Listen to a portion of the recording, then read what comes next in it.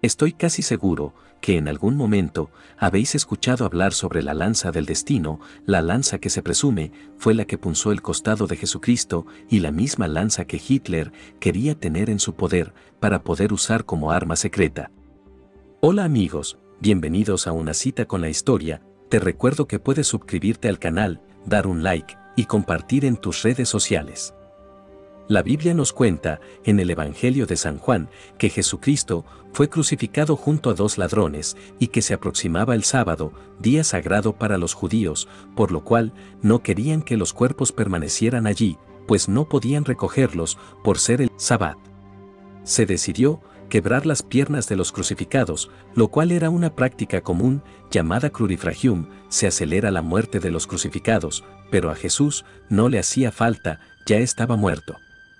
Razón por lo cual, un soldado punza con la punta de su lanza el costado de Jesús, saliendo de la herida sangre y agua. Sin querer ahondar en posturas religiosas y siendo respetuosos de cada credo, nos basamos en los hechos históricos y en contar lo que mitos y leyendas nos han legado, pues el objetivo del video es mostrar la historia de este magnífico artefacto y su enigmático y presumible poder. La verdad es que esa mención en los evangelios dio origen a toda la historia que existe hasta hoy en día sobre la llamada lanza del destino. Que como sabrán fue esa lanza usada por el soldado para punzar el cuerpo de Cristo.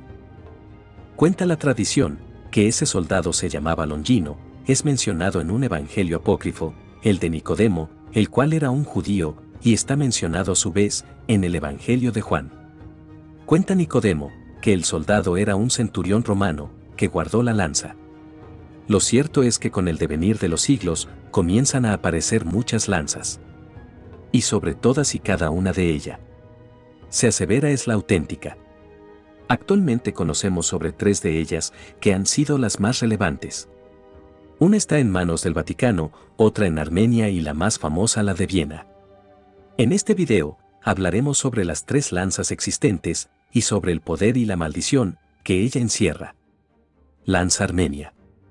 Comencemos con la lanza armenia. Se dice que llega al territorio armenio años después de la crucifixión de Jesús.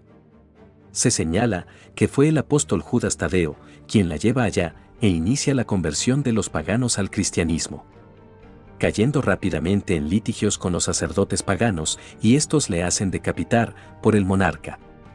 Antes de este terrorífico fin, él había entregado la lanza a los primeros cristianos armenios que la escondieron en una cueva secreta, donde años más tarde se edificó un monasterio que casualmente lleva el nombre de Yegar, que traducido es lanza. Se habla del martirio de un cristiano armenio llamado Gregorio en el siglo III, que corrió con la suerte de ser encarcelado y atormentado por el monarca Tiridates III, quien poco después cae enfermo de una extraña enfermedad.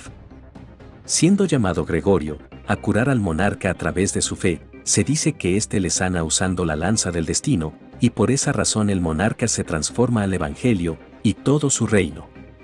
Era el año de 310 después de Cristo.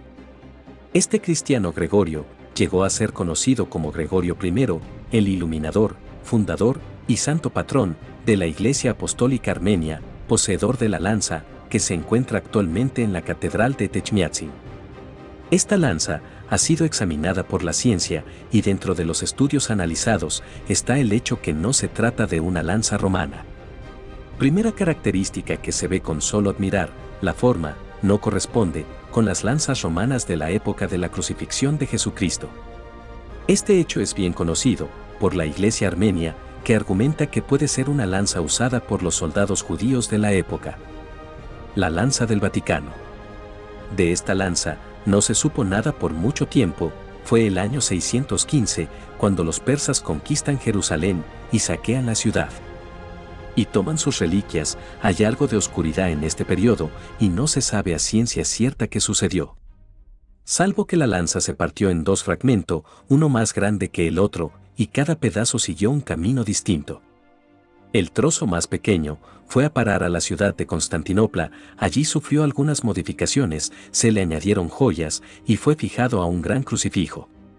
El otro fragmento tardará 80 años en llegar a Constantinopla. Una vez reunidas ambas piezas, fueron exhibidas en la Catedral de Santa Sofía, allí permanecieron durante 600 años. En el año 1244, la parte pequeña fue vendida al rey francés Luis IX, quien ordena que sea colocada en la capilla de Saint-Chapelle, en la ciudad de París, exhibida al lado de la supuesta corona de espinas de Jesucristo. Cuando llega la Revolución Francesa, todas las reliquias desaparecieron. Por otro lado, el fragmento más grande fue a dar en manos de los otomanos cuando estos conquistaron en el año 1453 a Constantinopla. En el año 1452, el sultán Bayezid II hace una negociación con el Papa Inocencio VIII, que de Inocencio solo lleva el nombre. Este promete enviar la reliquia del fragmento mayor de la lanza si el Papa mantenía en cautiverio a su hermano, Yem, para no tener que dividir el reino otomano con él. El Papa accede, luego que a la negociación es añadida la suma de dinero, la cual era equivalente a todos los ingresos anuales del Papa y una cuota de 45.000 ducados al año. Es muy sabido que los papas siempre han necesitado dinero, e Inocencio VIII accede. Aunque algo curioso es que dicho fragmento nunca ha sido exhibido, a lo mejor es porque al exhibirlo, están aceptando el hecho de corrupción. Solo existen dibujos realizados, que datan de principios del siglo XX. Aunque algo es indudable, según estos dibujos, se trata de una lanza romana. La lanza de Viena. Es la más famosa de las tres, y recreada miles de veces en películas y series, está formada por varias piezas que fueron siendo añadidas con los siglos. Como es, dos alas en la base, que no es propia de las lanzas romanas. Pero en términos amplios, sí parece una lanza romana. En su interior, fue introducido un clavo, supuestamente un clavo de la crucifixión, en su parte central, añadida también una banda de plata, y sobre esta, una banda de oro. Poseen inscripciones, en latín, con las palabras, la lanza sagrada de San Mauricio. En la banda de oro, se lee, lanza y clavo del Señor, también inscrita en latín. Con respecto a la mención que hace de San Mauricio, este fue según la tradición, un comandante de la legión tebana, compuesta de cristianos que provenían de Egipto. Se cuenta como uno de los primeros cristianos, aunque nadie dice cómo, se hizo con la lanza del destino, era él quien la tenía. Se le describe como un hombre de tez negra, aunque ninguno de estos datos ha sido verificado por completo.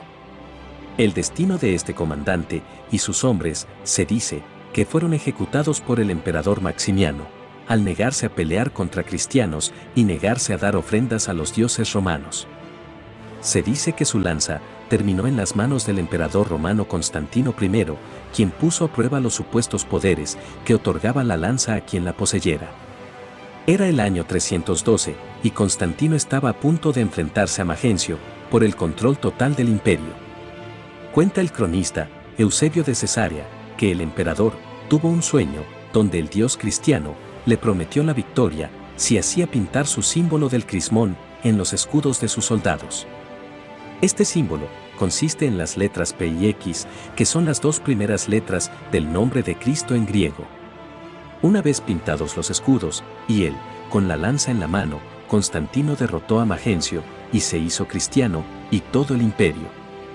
La madre del emperador, de nombre Helena, quien se había convertido al cristianismo tiempo atrás, viajó por Tierra Santa, recolectando reliquias, y posiblemente ella fue quien entregó a su hijo un clavo que se creía era de la cruz y que fue anexado al núcleo de la lanza. Luego de la caída del Imperio Romano, la lanza fue a parar a manos de Carlomagno, emperador del Sacro Imperio Romano Germánico, que era en ese entonces, siglo IX, el hombre más poderoso de Europa.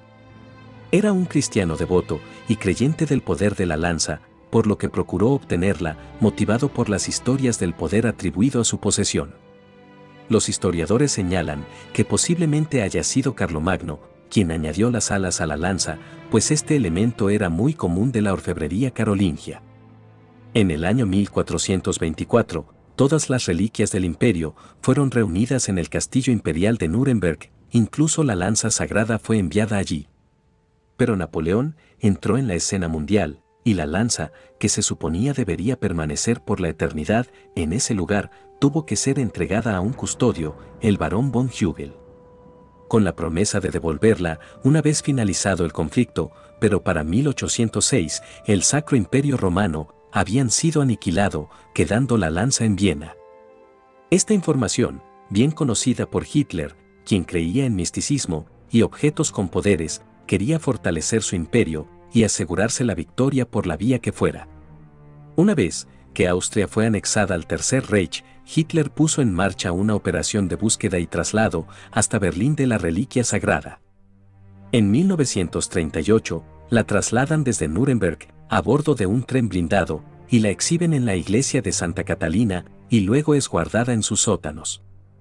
El tener la reliquia no evitó que en 1945 Alemania fuera vencida. Y la lanza sagrada fue encontrada en un búnker 3 meses después de la ocupación, a 25 metros bajo tierra detrás de una falsa pared. Regresada a Austria, en la primavera de 1946, se encuentra actualmente en el Museo de Viena. Se trata de un objeto valorado desde la fe, ya que la autenticidad histórica certifica que su origen es del siglo VIII y no concuerda con la época de Cristo. Su poder y maldición. Se creía que quien la poseía se haría invencible, esa es la razón, porque muchos emperadores y monarcas querían tenerla en su poder. Las historias de Constantino y muchos otros que la poseyeron harían crecer su reputación, esa es la misma razón por la cual Hitler la quería tener. En contraparte, a quien se separaba de ella, así fuera por accidente, como el caso de Carlomagno, invicto en 47 batallas, pero se dice que murió cuando la lanza se le cayó por accidente. Federico Barbarroja, emperador del Sacro Imperio, muere durante una cruzada contra los turcos cuando la lanza se le cae de forma accidental en el terreno. ¿Verdad o no? Este objeto ha fascinado a miles durante siglos y es parte de las historias asombrosas que encontramos y descubrimos cada día. Si te gustó esta historia, te pido que te suscribas al canal, que actives la campanita de notificaciones para que YouTube te avise cuando subamos nuevo contenido. Regálanos un like y comparte en tus redes sociales. Te esperamos en una nueva cita con la historia.